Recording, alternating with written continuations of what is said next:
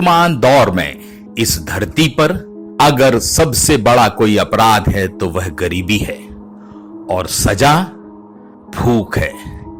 ऐसा इसलिए क्योंकि समाज में गरीब को द्वयम दर्जा हासिल है और उसकी उपेक्षा, निरादर, अपमान किसी के लिए कोई मायने नहीं रखता।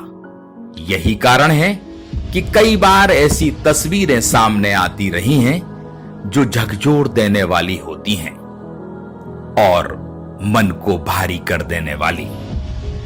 नया मामला गुना जिले से सामने आया है, जहां दूसरे प्रदेश से लौटे मजदूर परिवार को कोरोना वायरस संक्रमण की रोकथाम के नाम पर बनाए गए क्वारंटाइन में रोका गया और यह क्वारंटाइन कोई और जगह नहीं बल्कि शौचालय था, जहां इस मजदूर पति पत्नी को रोका गया।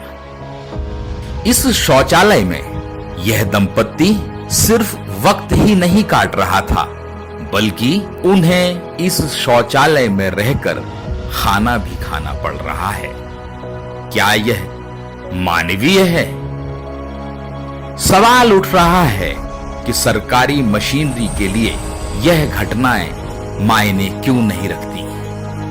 ऐसा नहीं है कि यह पहली बार हुआ है, इससे पहले भी कई तस्वीरें ऐसी सामने आ चुकी हैं जो इंसानियत और मानवीयता को शर्मसार कर देने वाली रही हैं। याद करें तो हम शिवपुरी में बच्चों के लिए मध्याह्न भोजन शौचालय में ही बनता था।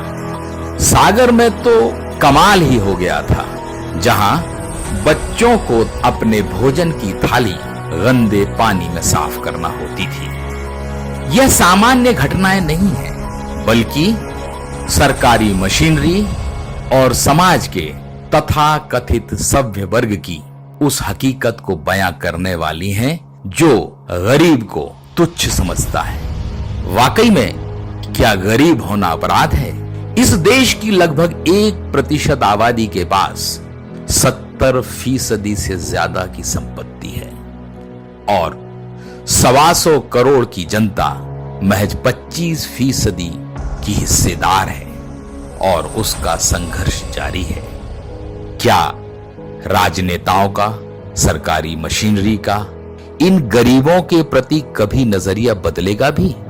वे कभी इन्हें इंसान मानेंगे या मजदूर को पशु मानकर चलेंगे?